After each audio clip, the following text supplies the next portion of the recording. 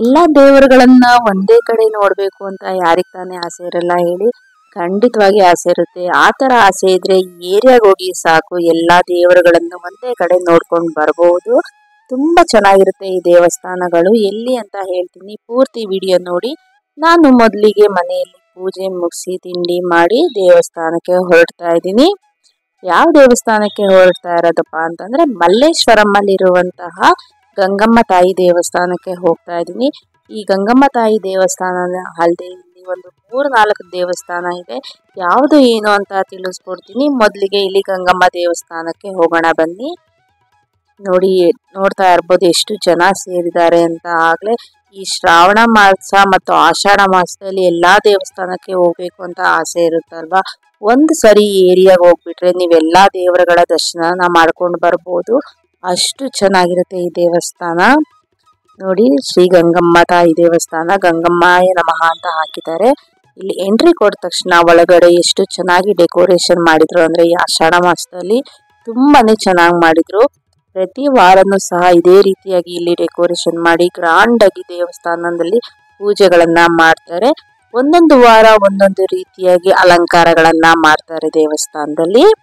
ಈ ದೇವಸ್ಥಾನಕ್ಕೆ ಭೇಟಿ ನೀಡಿಲ್ಲ ಅಂದ್ರೆ ಖಂಡಿತವಾಗಿ ಒಮ್ಮೆ ಭೇಟಿ ನೀಡಿ. ತುಂಬಾ ಚೆನ್ನಾಗಿದೆ ದೇವಸ್ಥಾನ. ಇದು ಮಲ್ಲೇಶ್ವರಮಲ್ಲಿದೆ. ಈ ಗಂಗಮ್ಮ ತಾಯಿಯನ್ನು ಶಕ್ತಿಯ ಅವತಾರವೆಂದು ಪರಿಗಣಿಸಲಾಗುತ್ತದೆ. ಭಾರತದಲ್ಲಿ ಜನಪ್ರಿಯ ದೇವತೆಯಾಗಿರುವ ಗಂಗಮ್ಮ ಬೆಂಗಳೂರಿನ ನಾಡ ದೇವತೆ. ವಾರ್ಷಿಕ ಗಂಗಮ್ಮ ಜಾತ್ರೆ ಭಾರತಾದ್ಯಂತ ವಿವಿಧ ಸ್ಥಳಗಳಲ್ಲಿ ನಡೆಯುತ್ತದೆ ಮತ್ತು ಬೆಂಗಳೂರಿನಲ್ಲಿ ಈ ಕಾರ್ಯಕ್ರಮವನ್ನು 1928ರಿಂದ ಮಲ್ಲೇಶ್ವರ ಪ್ರದೇಶ ಮತ್ತು ಸುತ್ತಮುತ್ತ ನಡೆಸಲಾಗುತ್ತದೆ. 2004ರಲ್ಲಿ ದೇವಿಯ ಗೌರವಾರ್ಥವಾಗಿ ಶಾಶ್ವತ ದೇವಾಲಯವನ್ನು ಪ್ರತಿಷ್ಠಾಪಿಸಲಾಯಿತು. ಈ ದೇವಾಲಯದ ಮುಖ್ಯ ದೇವತೆ ಗಂಗಮ್ಮ ಅಥವಾ ಗಂಗಾ ದೇವತೆಯಾಗಿದ್ದು, ಅವರು ಭೂಮಿಯ ಮೇಲೆ ಗಂಗಾ ನದಿಯಾಗಿ ಮತ್ತು ಶಕ್ತಿಯ ಅವತಾರವಾಗಿ ಪ್ರಕಟಗೊಂಡಿದ್ದಾರೆಂದು ಪರಿಗಣಿಸಲಾಗಿದೆ.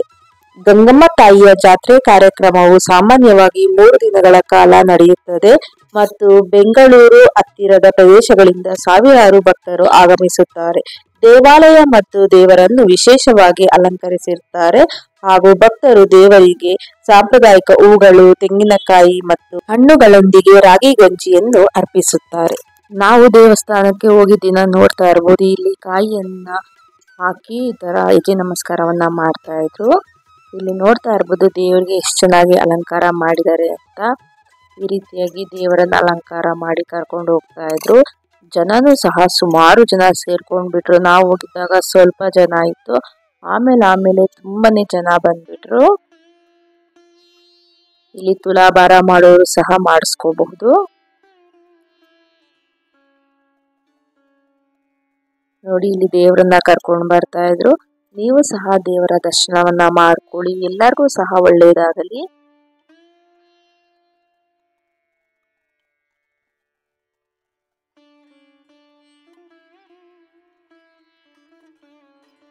ನೋಡಿ, ಇದು ದೇವಸ್ಥಾನದ ಒಂದು ನೋಟವನ್ನ ತೋರಿಸ್ತಾ ಇದ್ದೀನಿ. ದೇವಸ್ಥಾನ ಯಾವ ರೀತಿಯಾಗಿ ಅಲಂಕಾರ ಮಾಡಿದ್ದಾರೆ ಏನು ಅಂತ.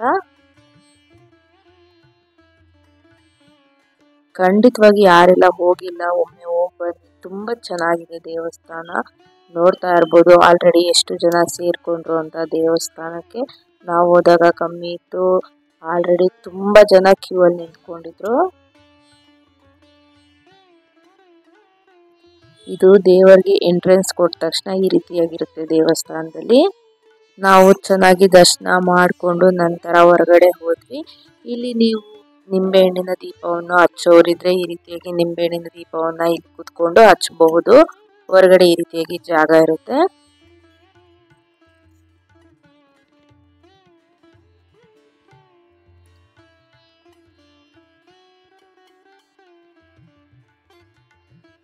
ನಂತರ ಇಲ್ಲಿ ನೋಡ್ತಾ ಇರ್ಬೋದು ದೇವಿಯನ್ನ ಇಲ್ಲಿ ಒಂದು ಗ್ಲಾಸ್ ನಲ್ಲಿ ಇಟ್ಟಿರ್ತಾರೆ. ತುಂಬಾ ಚೆನ್ನಾಗಿ ಕಾಣಿಸುತ್ತೆ. ಮೊದಲಿಗೂ ಒಂದು ಗ್ಲಾಸ್ ನಲ್ಲಿ ದೇವಿ ಇತ್ತಲ್ಲ, ಅದು ಸಹ ತುಂಬಾನೇ ಚೆನ್ನಾಗಿತ್ತು. ನಂತರ ಇಲ್ಲಿ ಒಂದು ಬೋರ್ಡ್ ಹಾಕಿದ್ದಾರೆ. ಯಾವ ಪೂಜೆಯನ್ನ ಮಾಡಿದ್ರೆ ಯಾವ ರೀತಿಯಾಗಿ ಫಲ ಸಿಗುತ್ತೆ ಅಂತ ಇಲ್ಲಿ ಒಂದು ಬೋರ್ಡ್ ಮೇಲೆ ಬರೆದಿರ್ತಾರೆ. ನೋಡ್ತಾ ಇರ್ಬೋದು. ವಾಕ್ಸಿದ್ಧಿ ಸೇವಾ ಪೂಜೆ, ಸಂತಾನ ಸೇವಾ ಪೂಜೆ, ಕಂಕಣ ಭಾಗ್ಯ ಪೂಜೆ, ರಕ್ಷಾ ಬಂಧನ, ತುಲಾಭಾರ ಸೇವಾ ಪೂಜೆ, ಕೊಳವೆ ಬಾವಿ ಪೂಜೆ ಈ ರೀತಿಯಾಗಿ ಬರೆದಿರ್ತಾರೆ. ಇಲ್ಲಿ ತ್ರಿಶೂಲನ ಇಟ್ಟಿರ್ತಾರಲ್ಲ, ಅಲ್ಲಿ ನೀವು ಏನಾದರೂ ಅಂದ್ಕೊಂಡು ನಿಂಬೆ ಹಣ್ಣನ್ನ ಸಿಕ್ಸ್ಬಿಟ್ಟು ಬರಬೇಕಾಗುತ್ತೆ. ನಂತರ ಅಲ್ಲಿ ಸಹ ದೇವರ ದರ್ಶನ ಆಯಿತು. ಅಲ್ಲೂ ಸಹ ತ್ರಿಶೂಲಕ್ಕೆ ಕೈ ಮುಕ್ಕೊಂಡ್ವಿ. ಎಲ್ಲ ಒಳ್ಳೇದು ಮಾಡಪ್ಪ ಅಂತ ಬೇಡ್ಕೊಂಡು ಈ ಕಡೆ ಪಕ್ಕಕ್ಕೆ ಬಂದ್ವಿ. ಇಲ್ಲಿ ದೀಪಗಳನ್ನು ಹಚ್ಬಿಟ್ಟು ಯಾವ ರೀತಿಯಾಗಿ ಇರ್ತಾರೆ ಅಂತ ತೋರಿಸ್ತಾ ಇದ್ದೀನಿ, ನೋಡ್ತಾ ಇರ್ಬೋದು. ಅದಾದ್ಮೇಲೆ ಈಗ ಹೊರಗಡೆ ಹೋಗ್ತಾ ಇದೀವಿ.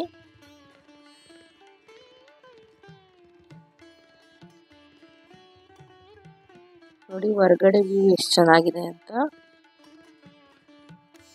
ನೋಡಿ ಲಾಸ್ಟ್ ಶುಕ್ರವಾರ ಪುಷ್ಪಾಭಿಷೇಕ ಇದೆ ಅಂತ ಅಲ್ಲಿ ಪೋಸ್ಟರ್ನ ಹಾಕಿದ್ರು. ಸೊ ಯಾರಾದ್ರೂ ವಿಸಿಟ್ ಮಾಡಂಗಿದ್ರೆ ಖಂಡಿತವಾಗಿ ಒಮ್ಮೆ ಬಂದು ವಿಸಿಟ್ ಮಾಡಿ, ತುಂಬಾನೇ ಚೆನ್ನಾಗಿದೆ. ನಾವು ಹೊರಗಡೆ ಬಂದ್ಮೇಲೆ ನೋಡ್ತಾ ಇರ್ಬೋದು ಎಷ್ಟು ಜನ ಹೊರಗಡೆ ಹೋಗ್ತಾ ಇದ್ದಾರೆ ಅಂತ. ತುಂಬಾ ರಶ್ ಆಗಿ ಹೋಗ್ಬಿಡ್ತು ಆಲ್ರೆಡಿ. ನಮ್ಗೆ ದೇವರ ದರ್ಶನ ಚೆನ್ನಾಗಾಯ್ತು, ತುಂಬಾನೇ ಖುಷಿ ಆಯ್ತು. ನಂತರ ಅಲ್ಲೇ ಪಕ್ಕದಲ್ಲಿದ್ದಂತಹ ಶ್ರೀ ಲಕ್ಷ್ಮೀ ನರಸಿಂಹಸ್ವಾಮಿ ದೇವಸ್ಥಾನಕ್ಕೆ ಹೋಗಿದ್ವಿ.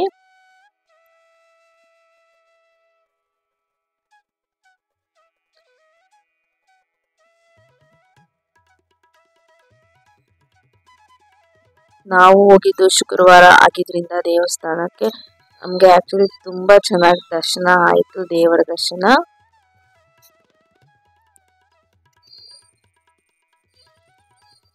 ನೋಡ್ತಾ ಇರ್ಬೋದು ಎಷ್ಟು ಚೆನ್ನಾಗಿದೆ ದೇವಸ್ಥಾನ ಇಂಟೀರಿಯರ್ ಎಲ್ಲ ಅಂತ.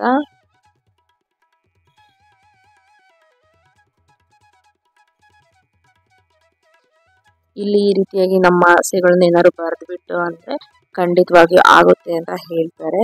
ನಂತರ ದೇವರ ದರ್ಶನವನ್ನ ಮಾಡಿದ್ವಿ, ಲಕ್ಷ್ಮೀ ನರಸಿಂಹಸ್ವಾಮಿ ದರ್ಶನನ.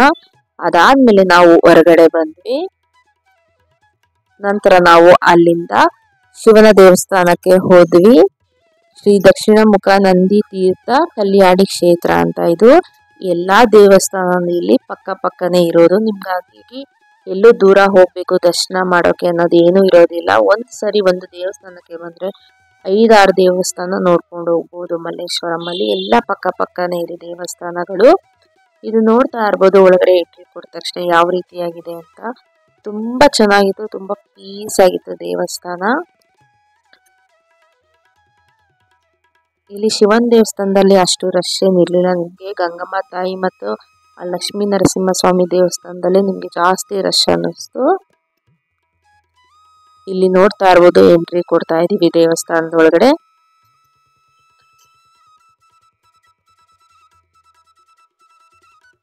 ನಾನು ಮೊದಲಿಗೆ ಗಣೇಶನಿಗೆ ಕೈ ಮುಕ್ಕೊಂಡು ಅಲ್ಲಿ ತೀರ್ಥ ಪ್ರಸಾದವನ್ನ ತಗೊಂಡು ನಂತರ ಇಲ್ಲೂ ಸಹ ದೇವರಿಗೆ ಕೈ ಮುಕ್ಕೊಂಡು ಅದಾದ್ಮೇಲೆ ಇಲ್ಲಿ ಶಿವನನ್ನ ಕೈ ಮುಗಿಯೋದಕ್ಕೆ ಹೋದ್ವಿ.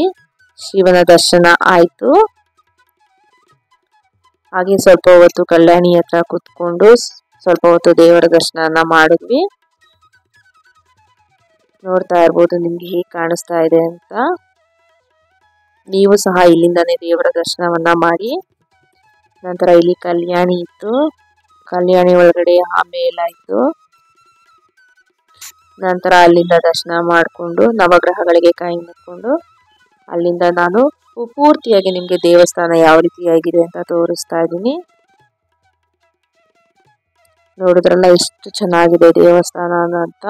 ತುಂಬಾ ಚೆನ್ನಾಗಿದೆ. ಶಿವರಾತ್ರಿ ಹಬ್ಬದ ಟೈಮಲ್ಲಿ ಹೋದ್ರಂತೂ ಫುಲ್ಲು ರಶ್ ಇರುತ್ತೆ ಇಲ್ಲಿ.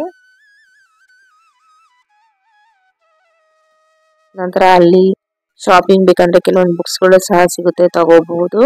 ಅದಾದ್ಮೇಲೆ ಇಲ್ಲಿ ಹೊರಗಡೆ ಬಂದ್ವಿ. ಇಲ್ಲಿ ಹೊರಗಡೆ ಒಂದು ಬಾವಿ ಇತ್ತು, ಅದನ್ನ ತೋರಿಸ್ತಾ ಇದೀನಿ. ನಂತರ ಅಲ್ಲಿ ಕೆಲವೊಂದು ಬುಕ್ಸ್ ಅನ್ನ ತಗೊಂಡ್ವಿ. ಅದಾದ್ಮೇಲೆ ಇದು ದೇವಸ್ಥಾನದಲ್ಲಿ ವ್ಯೂ ಅನ್ನ ತೋರಿಸ್ತಾ ಇದೀನಿ, ಹೊರಗಡೆ ಹೋಗುವಾಗ ಯಾವ ರೀತಿಯಾಗಿದೆ ಅಂತ.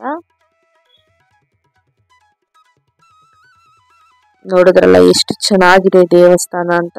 ನೀವು ಯಾರಾದ್ರೂ ದೇವಸ್ಥಾನಕ್ಕೆ ಹೋಗಿದ್ದೀರಾ ಇಲ್ಲ ಹೋಗಿಲ್ವಾ ಕಮೆಂಟ್ ಮೂಲಕ ತಿಳಿಸಿ. ಹೋಗಿದ್ರೆ ನಿಮ್ಗೆ ಹೇಗೆ ಅನ್ನಿಸ್ತು ದೇವಸ್ಥಾನ ಅಂತ ನನಗೆ ಕಮೆಂಟ್ ಮೂಲಕ ಹೇಳ್ತೀರಾ. ಹೇಗಿದೆ ನಿಮ್ಗೆ ಹೇಗೆ ಇಷ್ಟ ಆಯ್ತಾ ದೇವಸ್ಥಾನಗಳು ಅಂತ. ಹೋಗಿಲ್ಲ ಅಂದ್ರೆ ಖಂಡಿತವಾಗಿ ಹೋಗಿ ಬನ್ನಿ ಅಂತ ಹೇಳ್ತೀನಿ. ನಂತರ ಅಲ್ಲಿಂದ ಹೊರಗಡೆ ಬಂದ್ವಿ. ನೋಡಿದ್ರಲ್ಲ ನಾನು ಗಂಗಮ್ಮ ತಾಯಿ, ಲಕ್ಷ್ಮೀ ನರಸಿಂಹಸ್ವಾಮಿ, ಶಿವನ ದರ್ಶನ. ಈಗ 3 ದೇವಸ್ಥಾನಕ್ಕೆ ಹೋಗಿ 3 ದೇವರುಗಳ ದರ್ಶನ ಮುಗಿಸ್ಕೊಂಡು ಬಂದೆ. ನಂತರ ಅಲ್ಲಿಂದ ಹಾಗೆ ಹೋಗಿ ಕಾಡು ಮಲ್ಲೇಶ್ವರ ದೇವಸ್ಥಾನಕ್ಕೆ ಹೋದ್ವಿ. ಇದು ಇಲ್ಲಿಂದನೇ ಎಂಟ್ರಿ ಕೊಡಬೇಕು. ನೋಡ್ತಾ ಇರ್ಬೋದು ಎಷ್ಟು ಚೆನ್ನಾಗಿದೆ ದೇವಸ್ಥಾನ ಅಂತ, ಎಷ್ಟು ದೊಡ್ಡದಾಗಿದೆ ಅಂತ.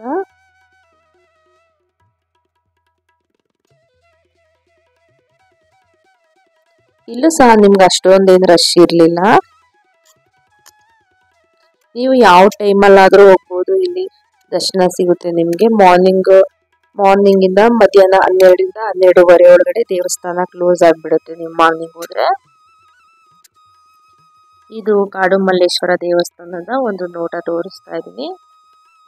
ನನ್ನ ಚಾನಲ್ನಲ್ಲಿ ಸುಮಾರು ವೆರೈಟಿ ಆದಂತಹ ಕುಕಿಂಗ್ ವಿಡಿಯೋಸ್ಗಳನ್ನು ಅಪ್ಲೋಡ್ ಮಾಡಿದ್ದೀನಿ. ನೋಡಿ ಟ್ರೈ ಮಾಡಿ, ಹೇಗೆ ಬಂತು ಕಮೆಂಟ್ ಮೂಲಕ ತಿಳಿಸಿ.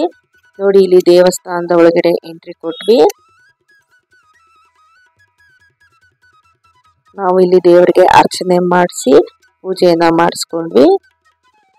ಇದು ಹೊರಗಡೆಯಿಂದ ನಿಮಗೆ ದೇವಸ್ಥಾನದ ನೋಟ ಯಾವ ರೀತಿ ಇದೆ ಅಂತ ತೋರಿಸ್ತಾ ಇದ್ದೀನಿ. ಮತ್ತೆ ನನ್ನ ಚಾನಲ್ನಲ್ಲಿ ಸುಮಾರು ವ್ಲಾಗ್ಸ್ಗಳನ್ನ ಅಪ್ಲೋಡ್ ಮಾಡಿದ್ದೀನಿ. ಮತ್ತೆ ವಿಭಿನ್ನವಾದ ಪ್ಲೇಸ್ಗಳಿಗೆ ಹೋಗಿದ್ದೀನಿ, ಟೆಂಪಲ್ಸ್ಗೆ ಹೋಗಿದ್ದೀನಿ, ಬೇರೆ ಬೇರೆ ಪ್ಲೇಸಸ್ಗೆ ಹೋಗಿದ್ದೀನಿ. ಅವುಗಳನ್ನು ಸಹ ನೋಡಿ, ನಿಮಗೂ ಆದರೆ ಆ ಪ್ಲೇಸಸ್ಗೆ ವಿಸಿಟ್ ಮಾಡಿ. ಇಷ್ಟ ಆದರೆ ಹೇಗಿತ್ತು ನಿಮಗೆ ಪ್ಲೇಸ್ ಅಂತ ಕಮೆಂಟ್ ಮೂಲಕ ತಿಳಿಸಿ.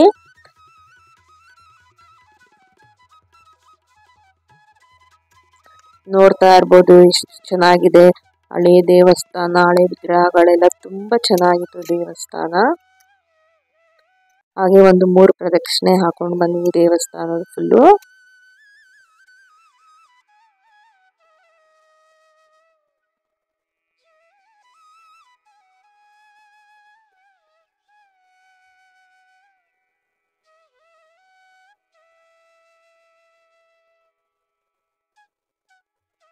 ನೋಡಿ ಇಲ್ಲಿ ನಾಗಪ್ಪನಿಗೂ ಸಹ ಕೈ ಮುಕ್ಕೊಳ್ಳಿ.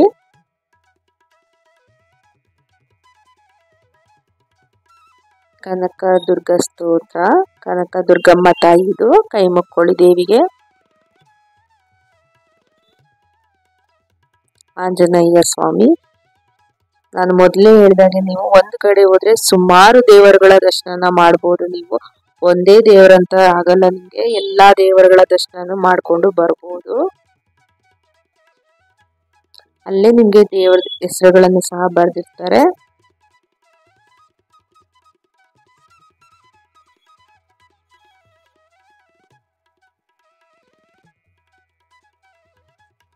ನೋಡಿ ಪಾರ್ವತಿ ದೇವಿ. ಇದೇ ರೀತಿಯಾಗಿ ಎಲ್ಲಾ ದೇವರುಗಳ ಮೇಲೆ ಆ ದೇವತೆಗಳ ಹೆಸರುಗಳನ್ನ ಬರೆದಿರ್ತಾರೆ. ನೀವು ಆರಾಮಾಗಿ ನೋಡ್ಕೊಂಡು ಶ್ಲೋಕಗಳನ್ನ, ಮಂತ್ರಗಳನ್ನ ಓದ್ಕೊಂಡು ನಿಧಾನಕ್ಕೆ ದೇವರ ದರ್ಶನ ಮಾಡಬಹುದು. ತುಂಬಾನೇ ಚೆನ್ನಾಗಿರುತ್ತೆ. ನೋಡಿ ಪೂರ್ತಿಯಾಗಿ ಈ ರೀತಿಯಾಗಿ ದೇವರ ದರ್ಶನ ಮಾಡಿದ್ವಿ. ಅದಾದ್ಮೇಲೆ ಹೊರಗಡೆ ಬಂದ್ವಿ. ನೋಡಿ ಹೊರಗಡೆ ಭಾಗ ಈ ರೀತಿಯಾಗಿದೆ. ಅಲ್ಲಿ ಕೆಲವೊಂದು ಫೋಟೋಗಳನ್ನ ತಗೊಂಡ್ವಿ.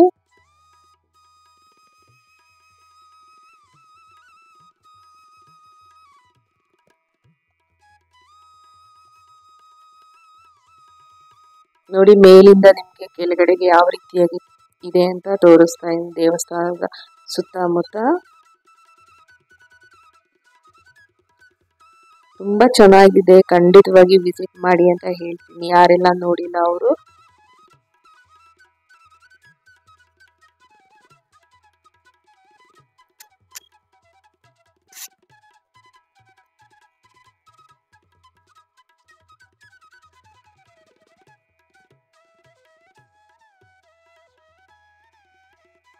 ನೋಡಿ ನಾನು ಮೆಟ್ಟಲುಗಳನ್ನ ಇಳ್ಕೊಂಡು ಬರ್ತಾ ಇದ್ದೀನಿ. ಅದಾದ್ಮೇಲೆ ಇಲ್ಲಿ ನಾಗಪ್ಪನಿಗೆ ಕೈ ಮುಗಿಯೋಣ ಅಂತ ಹೋದ್ವಿ.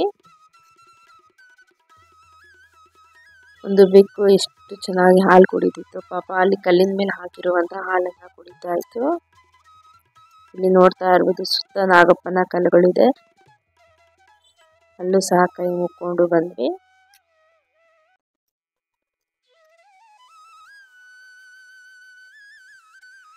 ನಂತರ ಅಲ್ಲಿಂದ ನಾವು ಹೊರಗಡೆ ಬಂದ್ವಿ. ನೋಡಿದ್ರಲ್ಲ, ಈ ಕಡೆನೇ ಒಂದೇ ಕಡೆ 4 ದೇವಸ್ಥಾನ ಇದೆ. 4 ದೇವಸ್ಥಾನದ ಒಳಗಡೆನೆ ಬೇರೆ ಬೇರೆ ದೇವಸ್ಥಾನ ಇದೆ. ನಂತರ ಅಲ್ಲಿಂದ ಸ್ವಲ್ಪ ದೂರದಲ್ಲಿ TTD ಇತ್ತು, ಚಿಕ್ಕ ತಿರುಪತಿ. ಸೊ ಹಾಗಾಗಿ ಇಲ್ಲಿ ಬಂದಿದ್ವಿ. ಮಲ್ಲೇಶ್ವರಂ ವೈಯಾಲಿ ಕಾವಲಲ್ಲಿ ಇದೆ. ಇದು ನೋಡ್ತಾ ಇರುವ ಹೊರಗಡೆಯಿಂದ ಯಾವ ರೀತಿಯಾಗಿ ಕಾಣಿಸ್ತಾ ಇದೆ ಅಂತ. ಇಲ್ಲಿ ರಾಮ ಲಕ್ಷ್ಮಣ ಸೀತೆಯ ಫೋಟೋನು ಸಹ ಇತ್ತು. ನಂತರ ಅಲ್ಲಿಂದ ದರ್ಶನ ಮಾಡಿಕೊಂಡು ಬಂದ್ವಿ. ಒಳಗಡೆ ನಮಗೆ ವಿಡಿಯೋ ಮಾಡೋದಕ್ಕೆ ಅಲೋ ಇರಲಿಲ್ಲ. ಅದಾದ್ಮೇಲೆ ಅಲ್ಲಿಂದ ದರ್ಶನ ಮಾಡಿಕೊಂಡು ಕೆಳಗಡೆ ಇಳಿತಾ ಇದ್ದೀವಿ. ಕೆಳಗಡೆ ಇಳಿಯುವಾಗ ನಿಮಗೆ ಆಂಜನೇಯ, ರಾಮ, ಸೀತಾ ಎಲ್ಲ ಕಾಣಿಸ್ತಾರೆ ದೇವಸ್ಥಾನದಲ್ಲಿ. ನಮಗೆ ಒಳಗಡೆ ವಿಡಿಯೋ ಮಾಡೋದಕ್ಕೆಲ್ಲ ಬಾಲಾಜಿಗೆ ಅಲೋ ಮಾಡಲಿಲ್ಲ. ನಾವು ಹೊರಗಡೆ ಬಂದು ಬೇಕಾದ್ರೆ ವಿಡಿಯೋನ ಮಾಡ್ಕೋಬಹುದು.